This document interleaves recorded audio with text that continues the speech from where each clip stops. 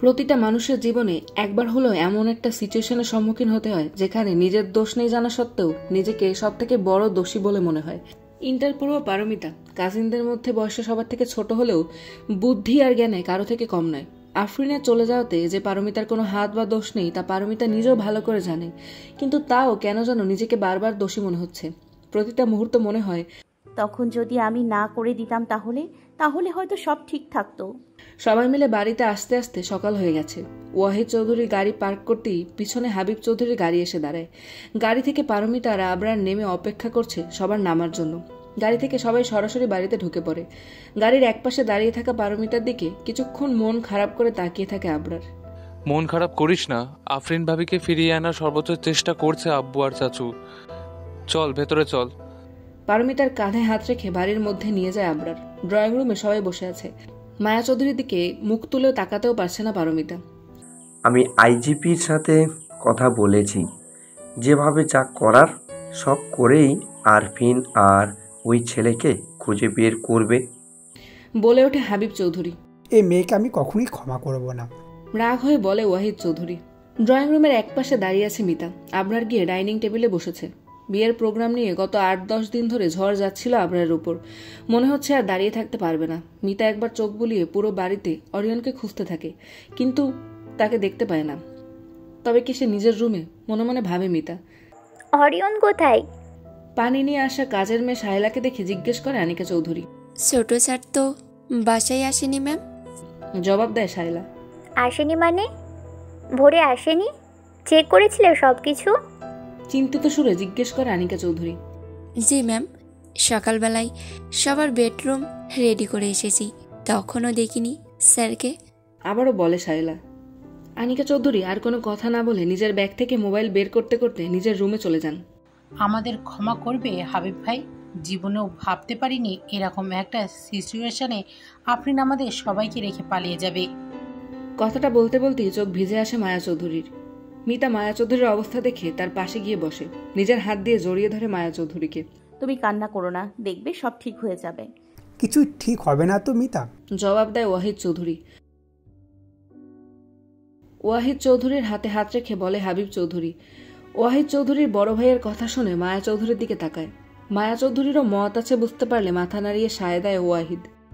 শায়লা, ওয়াহিদের রুমটা খুলে দাও। জি স্যার। কথাটা বলেই হাবিব নিজের রুমে চলে যান।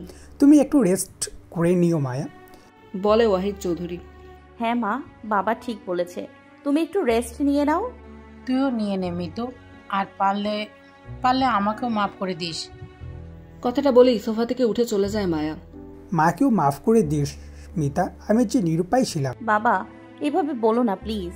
তোমরা আমার জন্য যা ভালো মনে হয়েছে তাই করেছো, আর তাতে আমি একটু কষ্ট পাইনি। ওয়াহিদ হাত ধরে বলে মিতার। যা হয়েছে তা কারোর জন্যই ভালো হয়নি মিতা, তবে হ্যাঁ, সব কিছু বাঁচানোর জন্য এই একটা পথই খোলা ছিল আমাদের। মাথা নিচু করে বলে ওয়াহিদ চৌধুরী। মিতা কিছু বলল না, কি বলবে তা জানা নেই। যা হয়েছে তা যে ভালো হয়নি তা মিতা নিজেও ভালো করে জানে। রেস্ট করে নে। মিতার মাথায় হাত দিয়ে কথাটা বলেই চলে যায় ওয়াহিদ চৌধুরী। চেয়ারে বসা আবরার সবকিছু চুপচাপ দেখে গেল। ওয়াহিদ চৌধুরীকে চলে যেতে দেখলেই ধীর পায়ে হেঁটে এসে মিতার পাশে গিয়ে বসে। আরিয়ন ভাইয়া আফরিন ভাবিকে ভালোবাসে, কথাটা সত্যি? আবরারের কথা শুনে মিতা তাকিয়ে থাকে আবরারের দিকে। কি বলতে চাচ্ছে তা বোঝার চেষ্টা করে। তবে আফরিন ভাবি যদি একবার বলতো উনি অন্য একজনকে ভালোবেসে ফেলেছে, তাহলে ভাইয়া ভাবিকে এই সম্পর্ক থেকে মুক্তি দিয়ে দিত। আবরারের কথায় সায় দেয় মিতা। বর্তমান যুগে অরিয়নের মতো ছেলে পাওয়া ভাগ্যের ব্যাপার। এক কথায় বলা যায় একটা জ্বলন্ত গ্রিন ফ্ল্যাগ হচ্ছে অরিয়ন। তবে আফরিন ভাবি লুকিয়ে লুকিয়ে এসব করবে তা বিশ্বাস হচ্ছে না। কাজটা উনি ভালো করেননি, ভাইয়াকে ভেতর থেকে একদম ভেঙে দিয়েছে। তুই এই বিয়ে নিয়ে অযথা টেনশন করিস না, সব ঠিক হলে দেখবি অরিয়ন ভাইয়া সব সমাধান করে দিবে। আর তুই নিজেও একটা ভালো ছেলের সাথে জীবন শুরু করতে পারবি যে তোকে ভালোবাসবে। মিতার দিকে এক দৃষ্টিতে তাকিয়ে থেকে বলে আবরার। মনে মনে বলে আবরার। মিতা আবরারের কথায় কোনো উত্তর দিল না, হৃদয়ে হাসি দেয়। রুমের মধ্যে দাঁড়িয়ে আছে মিতা। এই রুম মিতার খুব পরিচিত।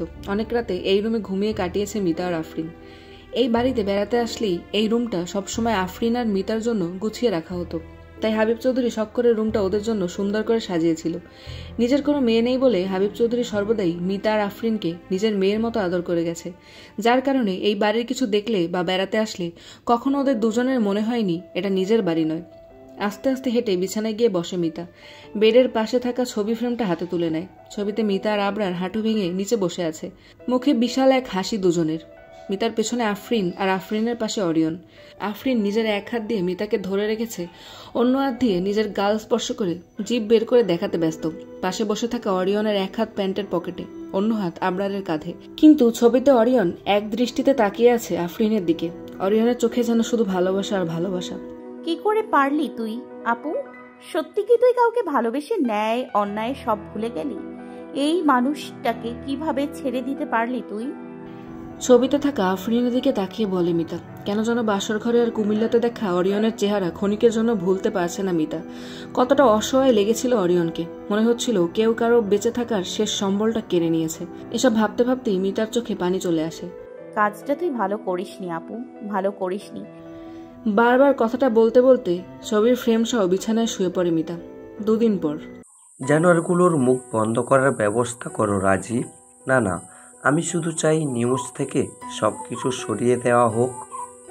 এক কাজ করো তুমি, যে কোনো সামাজিক ফাউন্ডেশনে কয়েক লক্ষ টাকা অনুদান দিয়ে তা নিউজে দিয়ে দাও। মানুষ তাহলে সব ভুলে যাবে। মোবাইলে নিজের পিএর সাথে কথা বলছিলেন হাবিব চৌধুরী। তখনই হাতে কফি নিয়ে রুমে প্রবেশ করে আনিকা চৌধুরী। তোমার কফি। হাবিব চৌধুরীর সামনে ধরে বলে আনিকা চৌধুরী। হাবিব চৌধুরী চোখের ইশারায় বোঝায় টেবিলে রাখতে। আনিকা চৌধুরী তাই করলো। অপেক্ষা করতে থাকে কথা শেষ হওয়ার। কি হয়েছে? প্রশ্ন করে আনিকা চৌধুরী। মোবাইল নাওনি সকাল থেকে? উল্টো প্রশ্ন করে হাবিব চৌধুরী। না কেন? কথাটা বলেই মোবাইল হাতে তুলে নেয় আনিকা। নিউজ দেখো। কফি হাতে নিয়ে বলে হাবিব।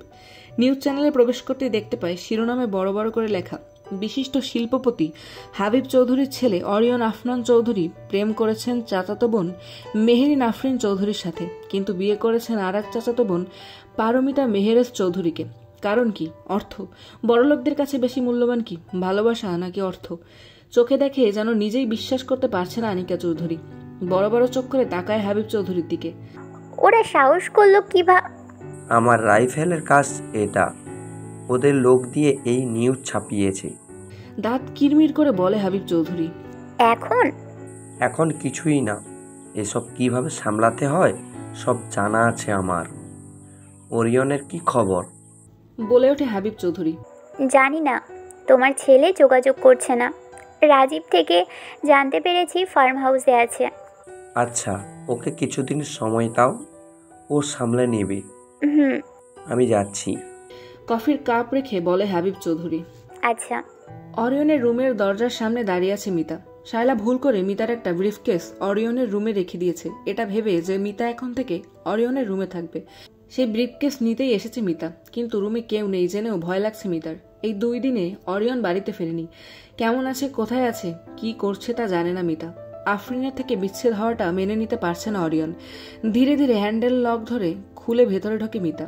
রুমটা যেমন দেখে গিয়েছিল ঠিক তেমনই আছে। অরিয়নের রাগে যে ফ্রেমটা ভেঙেছিল সেটা পরিষ্কার করে দেওয়া হয়েছে। পরিপাটি রুমটায় আজ আফরিন থাকতো যদি সব ঠিক থাকতো। নিজের জায়গায় দাঁড়িয়ে ব্রিফকেসটা খোঁজার চেষ্টা করে। ড্রেসিং টেবিলের এক পাশে গিয়ে চোখ আটকায় মিতার। কালো রঙের ব্রিফকেসটা এক পাশ করে রাখা। দীর্ঘ এক শ্বাস ফেলে হেঁটে ব্রিফকেসটা হাতে নিতেই চোখ যায় ড্রেসিং টেবিলের উপর রাখা ফুলের দিকে। গোলাপ ফুল। গোলাপ আফরিনের পছন্দ না, মিতা ভালো করেই জানে। তবে অরিয়নের পছন্দ বলে কখনো মুখ ফুটে আনতে না করেনি আফরিন। সবসময় আফরিনের আশেপাশে ফুল দেখাটা যেন একটা রুটিন হয়ে গিয়েছিল মিতার। ফুলটা 2 দিন আগের, হয়তো এক ফাঁকে অরিয়ন রেখে গিয়েছিল যেন আফরিন রুমে আসলেই দেখতে পায়। তাই তাজা ফুল তার নিজস্ব রং হারিয়েছে তার সৌন্দর্য। শুকিয়ে যাওয়া ফুলটা হাতে তুলে নেয় মিতা। ধীরে ধীরে নিজের কানের কাছে নিয়ে নিজের চুলে গুজে দেয় ফুলটা। দরজা খোলার শব্দে চমকে যায় মিতা। পেছন ফিরে তাকাতেই দেখতে পায় দাঁড়িয়ে আছে অরিয়ন। পরনে কালো শার্ট আর প্যান্ট, উপরের বোতাম দুটো খোলা, চুলগুলো এলোমেলো। চোখ দেখে মনে হচ্ছে ঘুমায় না অনেকদিন। চোখের নিচে কালো দাগ পড়েছে। অরিয়নের অবস্থা দেখে যেন বুকের মধ্যে কেমন এক অদ্ভুত ব্যথা অনুভব হতে লাগলো মিতার। তুই এখানে? মিতাকে দেখে অবাক হয়ে বলে অরিয়ন। এটা নিতে এসেছিলাম। ব্রিফকেস দেখিয়ে বলে মিতা। অরিয়ন আর কিছু না বলে হেঁটে বিছানায় গিয়ে বসে। মিতাও ব্রিফকেস হাতে নিয়ে হাঁটা শুরু করে। পড়ি? নিচের দিকে তাকিয়ে ডাক দেয় অরিয়ন। জি। অরিয়নের ডাক শুনে দাঁড়িয়ে যায় মিতা। সেদিন যা বলেছিলাম তার জন্য সরি। কথাগুলো বলতে বলতেই মাথা তুলে মিতার দিকে তাকায় অরিয়ন। ক্ষণিকেই যেন চেহারার ভঙ্গিমা পরিবর্তন হয়ে গেল অরিয়নের। 2 কদম হেঁটে চলে আসে মিতার কাছাকাছি। উফ, একটানে মিতার চুল থেকে টান দিয়ে ফুলটা সরিয়ে নেয় অরিয়ন। এত বড় সাহস তোর, আফরিনের জিনিসে হাত দিস তুই? মিতার বাহু ধরে চেঁচিয়ে বলে অরিয়ন। আমি আমি আমি আমি শুধু দেখছিলাম। কাঁপতে কাঁপতে বলে মিতা। খবরদার, যদি আফরিনের কিছুতে হাত দিয়েছিস ওইগুলো শুধুমাত্র ওর জন্য। আর কখন ওর কিছুতে হাত দিতে দেখলে ভুলে যাব তোকে আমি স্নেহ করি তা। আমার পছন্দ না কি ওর জিনিসে হাত দিক। মাথা নিচু করে বলে মিতা। আর দিব না অরিয়ন ভাই, ব্যথা লাগছে। কথাটা বলেই কেঁদে দেয় মিতা। মিতার কথা শুনে বুঝতে পারে মিতার বাহুতে নিজের শক্তি প্রয়োগ করেছে অরিয়ন। নিজের হাত ছেড়ে দিয়ে মিতার হাত ধরে এক হাত দিয়ে, অন্য হাত দিয়ে ব্রিফকেস নিয়ে হাঁটতে শুরু করে অরিয়ন। নেক্সট টাইম থেকে অনুমতি ছাড়া রুমে প্রবেশ করবি না। কথাটা বলেই ব্রিফকেস বাইরে রেখে মিতাকেও বের করে দেয় অরিয়ন। মিতার মুখের উপর দরজা লাগিয়ে দেয় অরিয়ন। দরজার একপাশে থাকা মিতার চোখে সবকিছু কল্পনা ছাড়া কিছুই মনে হচ্ছে না। মিতার সে অরিয়ন ভাইয়া কোথায় গেল? এত রাগ, ঘৃণা কোথা থেকে আসলো অরিয়নের মনে? এসব কিছু থেকেও যা মিতাকে একটুও শান্তি দিচ্ছে না তা হলো অরিয়নের চেহারায় ভেসে থাকা কষ্ট, ধোঁকা আর অসহায়ত্ব। দুপুরের খাবার খেতে সকলেই ডাইনিং টেবিলে বসে আছে। হাবিব চৌধুরীর বাম পাশে ওয়াহিদ চৌধুরী ও তার স্ত্রী বসেছে। অন্যদিকে ডান পাশে আনিকা চৌধুরী বসেছে। আনিকা চৌধুরীর পাশে আবরার বসেছে। একটু পরেই মায়া চৌধুরীর পাশে এসে বসে মিতা। ওরিয়ন কোথায়? জিজ্ঞেস করে হাবিব চৌধুরী। ওর খাবার রুমে পাঠিয়ে দিব, জবাব দেয় আনিকা। আমার মনে হয় অরিয়ন ভাইয়াকে কিছুদিন সময় দেওয়া উচিত। 6টা বছর কিন্তু কম নয়। হুট করে বলে ওঠে আবরার। আমারও তাই মনে হয়। সায় দেয় ওয়াহিদ চৌধুরী। আফরিনের আর কোনো খবর পাওয়া গেল? প্রশ্ন করে মায়া চৌধুরী। খোঁজ চলছে মায়া, 2-1 দিনের মধ্যেই সব জানানো হবে, জবাব দেয় হাবিব চৌধুরী। আর মিতা? কণ্ঠস্বর একটু নিচু করে বলে মায়া চৌধুরী। মায়া চৌধুরীর কথা শুনে কনফিউজড হয়ে মায়া চৌধুরীর দিকে তাকিয়ে থাকে মিতা। মিতাকে নিয়ে আবার কি? প্রশ্ন করে ওঠে আনিকা চৌধুরী। মিতার অরিনের তো বিয়ে হয়ে গেল, বলে মায়া। হ্যাঁ হয়েছে তো। কোন অবস্থায় বিয়ে হয়েছে তা কি তুমি জানো না মায়া? এটা বিয়ে বললে ভুল হবে। উত্তর দেয় আনিকা। ভুল করার জন্য কি আমার মেয়েটাকে চোখে পড়লো আপনাদের আপা? রেগে গিয়ে বলে মায়া চৌধুরী। আনিকা তুমি চুপ করো। আর মায়া শোনো। আনিকা চৌধুরীকে চুপ করিয়ে দিয়ে মায়া চৌধুরীর দিকে মনোযোগ দেয় হাবিব। ওরিয়নকে তো তুমি ভালো করেই চিনো। আমার মনে হয় এখন বিয়েটা নিয়ে বেশি বাড়াবাড়ি না করে যেমন যাচ্ছে সব তেমন রাখলেই ভালো হবে। কিন্তু ভাইয়া আমাকে কথা বলতে দে ওয়াহিদ। আমার কথা এখনো শেষ হয়নি। মিতা এখানেই থাকবে আমার ছেলের পুত্রবধূ হিসেবে। কিন্তু বাবা, ভাইয়া মিতাকে মানবে না। তাহলে কেন শুধু শুধু দুজনকে এই সম্পর্কে আটকে রাখবে? হুট করেই মাঝখান থেকে বলে ওঠে আবরার। বড়দের মাঝখানে কথা বলাকে শিখিয়েছি তোমাকে? হ্যাঁ, চুপ করে কথা শোনো আর না হয় চলে যাও। কোনটা ভালো কোনটা খারাপ তা আমার জানা আছে। রাগন্ত কণ্ঠে কথাগুলো আবরারকে বলে হাবিব চৌধুরী। সরি বাবা। মাথা নিচু করে বলে আবরার। মিতা এখানেই থাকুক, আগের মতোই সব চলুক। কলেজে যাওয়া আসা সব কিছু আগের মতোই থাকবে। এরপর অরিয়ন একটু নর্মাল হলে ওর সাথে এই ব্যাপারে কথা বলবো। কিন্তু কথাগুলো বলে থেমে যায় হাবিব চৌধুরী। কিন্তু কি ভাইয়া? প্রশ্ন করে ওয়াহিদ চৌধুরী। কিন্তু ডিভোর্স নিয়ে আমি কিছু ভাবছি না। বিয়েটা যখন হয়েই গেছে তখন এটা ঠেকানোর জন্য একটু চেষ্টা করা উচিত সকলের। কিন্তু আপু, নিচু স্বরে বলে ওঠে মিতা। কিন্তু আরফিন কি?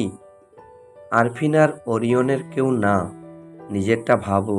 কড়া কণ্ঠে বলে হাবিব চৌধুরী। ওকে চাচু। কথাটা বলেই চুপ হয়ে যায় মিতা। ওয়াহিদ, খাওয়া শেষ হলে আমার স্টাডি রুমে আসিস। টেবিল থেকে উঠে যেতে নিলে বলে হাবিব চৌধুরী। আচ্ছা ভাইয়া। উত্তর দেয় ওয়াহিদ চৌধুরী। চুপচাপ বসে খাবার খেতে থাকা মিতা সামনের দিকে তাকাতেই চোখ পড়ে আবরারের সাথে। আগে থেকে মিতার দিকে তাকিয়ে আছে আবরার। মিতা কিছু না বলে মৃদু এক হাসি দিতেই আবরারও আলতো এক হাসি দেয়। ধীরে ধীরে মিতার উদ্দেশ্যে বলে ওঠে, এভরিথিং উইল বি অলরাইট। আলতো এক হাসি দিয়ে খাবার খেতে ব্যস্ত হয়ে পড়ে মিতা। সবকিছু ঠিক হবে না। সবকিছু ঠিক হবে না মনে মনে ভাবে মিতা। অরিয়নের মতো ছেলে চেয়েছিল মিতা, কিন্তু অরিয়নকে তো চায়নি। নাকি মিতারই নজর লেগে গিয়েছিল অরিয়ন আর আফরিনের সম্পর্কের উপর? কি থেকে কি ভাবছে কিছুই জানে না মিতা, শুধু জানে যা হচ্ছে তা ঠিক হচ্ছে না। 3 দিন পর ড্রয়িং রুমে সবাইকে ডেকে পাঠিয়েছে হাবিব চৌধুরী। সবাই এসে বসে অপেক্ষা করছে অরিয়নের জন্য। আবরারের পাশে বসে আছে মিতা। দোতলার সিঁড়ির সামনে অরিয়নকে দেখে যেন নার্ভাসনেস বেড়ে চলেছে মিতার। অরিয়নের দিকে তাকিয়েই চোখ নামিয়ে নেয় সাথে সাথে। বারবার মনে পড়তে থাকে রেগে যাওয়া অরিয়নের চেহারাটা। নিজের অজান্তেই নখ কামড়াতে থাকে মিতা। পাশে বসে থাকা আবরারের নজর থেকে যেন কোনো কিছুই বাদ পড়ছে না। আলতো করে নিজের হাত দিয়ে মিতার হাত ধরে মুখ থেকে নামিয়ে নেয়। অরিয়ন সিঁড়ি বেয়ে নিচে নেমে সরাসরি গিয়ে বসে আনিকা চৌধুরীর পাশে। মিতা আর চোখে তাকায় অরিয়নের দিকে। সামনে বসে থাকা অরিয়নের পরনে সাদা টি শার্ট আর ট্রাউজার, চুল ভেজা, দেখে মনে হচ্ছে ঘুমিয়েছিল। আসার সময় চুলে আর মুখে পানি দিয়ে এসেছে। চোখের চাহনিতে কোনো মায়া ভালোবাসা কিচ্ছু নেই, গভীর এক চাহনি, মনে হচ্ছে একটা রোবট। মিতার সাথে চোখাচোখি হতেই চোখ সরিয়ে নেয় অরিয়ন। কি জন্য ডেকেছিলে? গম্ভীর কণ্ঠে বলে অরিয়ন। আফরিনের মিসিং হওয়া নিয়ে কথা বলতে। বলে ওঠে হাবিব চৌধুরী। আফরিনকে পাওয়া গেছে? কোথায় আফরিন? অন্য ছেলের কথাটা মিথ্যে, তাই না? ডেসপারেটলি একের পর এক প্রশ্ন করতে থাকে অরিয়ন। আফরিনের নাম শুনতেই যেন এক আশার আলো ফুটে উঠল চোখে। আফরিনের কি অবস্থা এখন ভাইয়া? আইজিপি কি জানালো? বলে ওঠে মায়া চৌধুরী। পুলিশ যা সন্দেহ করেছিল তাই। আফরিন কোনো ছেলের সাথেই পালিয়েছে। যেই ছেলের সাথে পালিয়েছে সে আফরিনের এক ক্লাসমেট ছিল। আরফিনকে যেই দিন থেকে পাওয়া যাচ্ছে না সেই দিন থেকে ওই ছেলেকেও পাওয়া যাচ্ছে না। আফরিনের কোনো খবর না পাওয়া নিয়ে পুলিশ সন্দেহ করছি অনেকদিন ধরেই এই প্ল্যান করা হয়েছিল যে বর্ডার পার করে ফেললেই ওদের আর কেউ খোঁজ না পায়। নিজে থেকে না পালালেই এরকম হওয়ার কথা না। হাবিব চৌধুরীর কথা শুনে নিজের স্বামীর দিকে তাকাতেই মায়া চৌধুরী বুঝতে পারে হাবিব যা বলছে তা আগে থেকেই জানতে পেরেছে ওয়াহিদ। কান্নায় ভেঙে পড়ে মায়া। পাশে বসে থাকা মিতা নিজের মাকে জড়িয়ে ধরে নিজেও কান্না করতে থাকে। আজ থেকে ওই মেয়ে মরে গেছে আমার জন্য। কান্না করতে করতে বলে মায়া চৌধুরী। অরিয়ন কোনো কথা না বলেই উঠে নিজের রুমে চলে যায়। অরিয়নকে না জানালেও পারতে হাবিব। বলাটা দরকার ছিল আনিকা। এখনো আর আফরিনের আশায় থাকবে না, বলে হাবিব চৌধুরী। 1 মাস পর, 1 মাস ধরেই এই বাড়িতেই থাকছে পারমিতা। যদিও আগের আর এখনের মধ্যে তফাৎ শুধু এটাই, আগে এই বাড়িতে মিতা বেড়াতে আসতো আর এখন একেবারে আছে। এখান থেকে কলেজ থেকে শুরু করে সবটাই করছে। মন চাইলে নিজের বাড়িতে গিয়ে মা বাবার সাথেও দেখা করে আসে মিতা। যদিও ওটাও মিতার আসল বাড়ি নয়, তবুও ছোট থেকে থাকার কারণে সেটাই মিতার আসল বাড়ি হয়ে উঠেছে। এই 1 মাসে মিতা সব থেকে বেশি মিস করেছে আফরিনকে। আফরিন ছাড়া সবকিছু কেমন যেন শূন্য শূন্য লাগে। এরপর মিস করেছে মিতার অনিয়ন ভাইকে। হাসি খুশি থাকা সেই অনিয়ন কোথায় গেল তা মিতা জানে না। এই যে 1 মাসে মিতার সাথে খুব কমই দেখা হয়েছে অরিয়নের, আর যখন দেখা হয়েছে তখন এক প্রকার ইগনোর করেই চলে গেছে। আজ কলেজে মিতার কেমিস্ট্রি ক্লাস টেস্ট হওয়ার কথা ছিল। সকাল 6টা থেকে উঠে পড়া শুরু করেছে মিতা। পড়ালেখা নিয়ে কম্প্রোমাইজ করতে পছন্দ করে না মিতা। সকাল 8টা বাজতেই তাড়াতাড়ি করে গোসল সেরে কলেজ ড্রেস পরেই চুলগুলো ছেড়ে দিয়ে নাস্তা খেতে নিচে চলে আসে। শায়লা আপু, তাড়াতাড়ি নাস্তা দাও। নাস্তা চাইতে চাইতে হাবিব চৌধুরীর পাশে গিয়ে বসে মিতা। গুড মর্নিং মিতা, বলে হাবিব চৌধুরী। গুড মর্নিং চাচু, হেসে উত্তর দেয় মিতা। আজ এত সকাল সকাল এক্সাম আছে নাকি? হ্যাঁ চাচু, নাস্তা খেয়েই বের হয়ে পড়বো এক্ষুনি। অরিয়ন ব্রিফকেস হাতে নিয়ে নাস্তার টেবিলে হাবিব চৌধুরীর পাশে গিয়ে বসে। হঠাৎ করেই অরিয়নকে দেখে অবাক হয়ে যায় মিতা। সাদা শার্ট, কালো প্যান্ট আর কোর্টে সবসময় অরিয়নকে দেখে এসেছে মিতা। প্রতিদিন সকালে অফিসে গেলে এভাবে যায় অরিয়ন, কিন্তু আজ এত সকালে দেখা যাবে তা ভাবতেই পারেনি মিতা। গুড মর্নিং অরিয়ন ভাইয়া। অরিয়নের দিকে তাকিয়ে বলে মিতা। Good morning. নিজের খাবারের দিকে তাকিয়ে বলে অরিয়ন। মিতার কোনো কথা না বলে নিজের নাস্তা খেতে ব্যস্ত হয়ে পড়ে। আজ এত সকালে অফিস কেন যাচ্ছিস? অরিয়নকে প্রশ্ন করে হাবিব চৌধুরী। আজ একটা নতুন সাইটে যেতে হবে তাই। ও, আমার খাওয়া শেষ, আমি যাচ্ছি, বলেই উঠে যায় মিতা। মিতাকে তোর সাথে নিয়ে যা, গাড়ি করে কলেজে নামিয়ে দিস। অরিয়নের দিকে তাকিয়ে বলে হাবিব চৌধুরী। হাবিব চৌধুরীর কথা শুনে দাঁড়িয়ে পড়ে মিতা। কিছু না বলে তাকিয়ে থাকে অরিয়নের দিকে। অরিয়ন নিজের বাবার দিকে তাকিয়ে আছে এক দৃষ্টিতে। আচ্ছা, বলে অরিয়ন। মিতা যেন বিশ্বাস করতে পারছে না। তাড়াতাড়ি রেডি হয়ে আয়, মিতা না হয় ওরিয়ন রেখেই চলে যাবে। আচ্ছা চাচু। কথাটা বলেই দৌড়ে নিজের রুমে চলে যায় মিতা। তাড়াতাড়ি করে দুটো বেনি করে বই খাতা সব গুছিয়ে নিয়ে কাঁধে ব্যাগ নিয়ে নিচে নেমে আসে মিতা। দরজার সামনে ব্রিফকেস হাতে দাঁড়িয়ে আছে অরিয়ন। মিতাকে আসতে দেখি গাড়িতে গিয়ে বসে পড়ে অরিয়ন। মিতাও গিয়ে অরিয়নের পাশে বসে। ড্রাইভার গাড়ি চালাতে ব্যস্ত। 5 মিনিট ধরে গাড়ি চলছে, তাও অরিয়ন বা মিতা কেউ কোনো কথা বলছে না। নিজের মোবাইলের দিকে তাকিয়ে রয়েছে অরিয়ন। অন্যদিকে আর চোখে একটু পরপর অরিয়নের দিকে তাকিয়ে অরিয়নকে দেখছে মিতা। কিছু বলবি? হঠাৎ করেই বলে ওঠে অরিয়ন। হুট করে অরিয়নের কথা শুনে ভয়ে লাফিয়ে ওঠে মিতা। না না না, কিছু বলবো না। আমতা আমতা করে জবাব দেয় মিতা। তাহলে এইভাবে বলদের মতো তাকিয়ে আছিস কেন? আমি তাকিয়ে আছি তা তুমি কিভাবে বুঝলে? মনে মনে ভাবে মিতা। মিতার কথাটা যেন অরিয়ন বুঝতে পারলো মিতার চেহারা দেখে। নিজের হাতের আঙুল দিয়ে জানালার কাচের দিকে ইশারা করতেই বুঝতে পারে মিতার প্রতিচ্ছবি সেখানে দেখা যাচ্ছে। ভেবাচাকা খেয়ে বলে মিতা। ও, তুমি কি আমার সাথে এখনো রাগ করে আছো? প্রশ্ন করে মিতা। মিতার প্রশ্ন শুনে আবারও মিতার দিকে ফিরে তাকায় অরিয়ন। অরিয়নের চেহারা দেখে যেন কিছুই বুঝতে পারছে না মিতা। না, আমি রাগ নিজের সাথে। তুই এখনো ছোট মিতা, যা হয়েছে তাতে তোকে জড়ানো ঠিক হয়নি। বাবার চাচু বলে এটা ছাড়া আর কোনো উপায় ছিল না তাদের। ধীরে ধীরে বলে মিতা। তারা তাদের জ্ঞান হারিয়েছে নিজের সম্মানের কারণে। তাদের চোখে তোর আর আমার 11 বছর পার্থক্য চোখে পড়েনি। রাগ হয়ে দাঁতে দাঁত চেপে বলে অরিয়ন। আঙুলের ইশারা দিয়ে নিজেকে আর মিতাকে দেখিয়ে বলে অরিয়ন। তোর আর আমার এটা সম্ভব নয়, তাদের বুঝতে পারবে খুব তাড়াতাড়ি। এই সম্পর্কে তোর থাকতে হবে এমনটা ভাবিস না তুই। নিজের পড়ালেখে মন দে, আমি সব ঠিক করে দেব। হুট করে মিতার মাথায় হাত দিয়ে বলে ওঠে অরিয়ন।